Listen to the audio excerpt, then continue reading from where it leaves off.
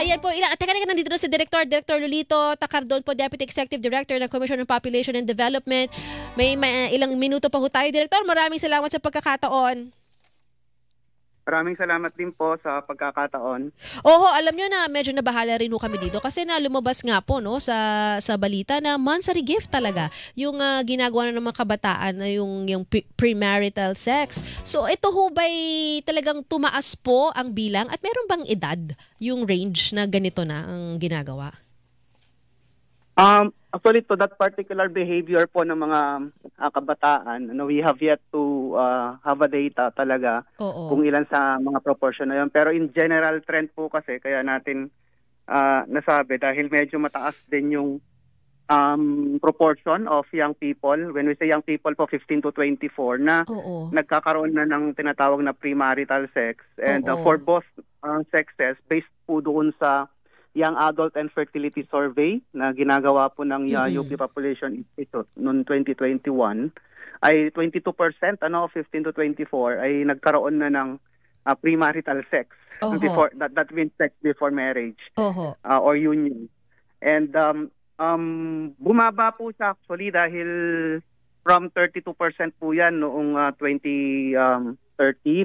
Yung nga lang po kasi the Young Adult and Fertility Survey was conducted during the period ng pandemic wherein syempre nagkulong yung mga kabataan po. And yung mga restriction hindi talaga na but we're looking at baka yung sa pattern natin kung tatanggalin natin yung pandemic factor, baka we're anticipating na magre-rebound po talaga yung data po natin.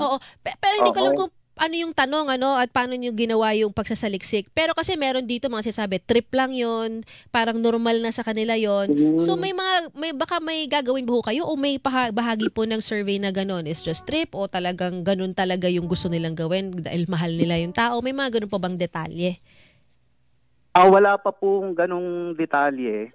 Yun po yung aming tinitignan. Pero based dun sa same study, nakikita namin yung mga factors related to sexual behaviors ng mga kabataan ay in relation to one, of course, yung access nila sa information, social media, more open access from online sources. And the fact na medyo based on mga focus group discussion din po namin, medyo meron din po tayong problem about parental guidance. So medyo hindi nababantayan din po yun. But as to yung nature of the sexual behavior, whether kung trip-trip lang or di kaya sa gift, yun po yung medyo po pala tayong solid data. What we have actually is pag titignan mo yung yung willingness of those sexual intercourse among young people based on the survey din, around 28 mga nasa 53.7% lang po yung nagsabi na wanted to happen at that time ng survey nung nangyari po yun. So the rest po medyo yung like 28% sabi hindi nila plinano pero nangyari na anyway. Meron din naman po nagsasabi na mga around 17% hindi talaga hindi nila gusto and then baka dala ng bugso ng damdamin. Pwede hong gano'n Yes, so na talagang malaki rin talaga yung porsyento niyan. Pero eto panghuli na lamang po kasi kahit po ng Commission on Population magpasa ng Senado ng Adolescent Prevention Bill. Pwede ho ba kaming at least summary ballpark ano po yung maaaring kapaloobin nito at tingin niyo paano makakatulong? Opo, yung unang-una po kasi yung just to ensure na they have the proper information, ini-intensify po ng proposed law na yon yung comprehensive sexuality education, hindi lamang po sa school, but also among mga adolescents who are not in employment or education or in training o unit na tinatawag. Dati OSOS tawag po doon. And then CSE din po gusto natin patingkarin din sa mga magulang, and then mga teachers.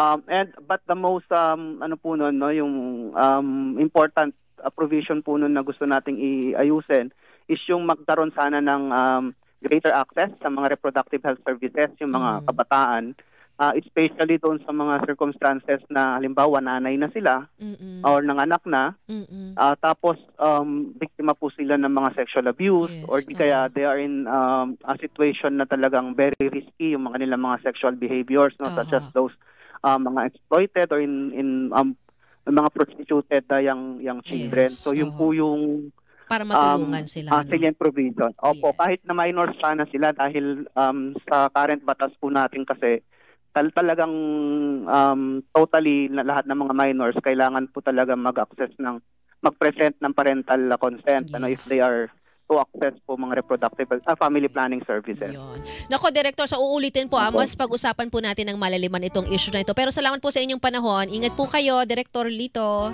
Salamat din po. Director Lolito Tacardon po, Deputy Executive Director, Commission on Population and Development. Mga kapuso! Hilingan, walang pinoprotektahan.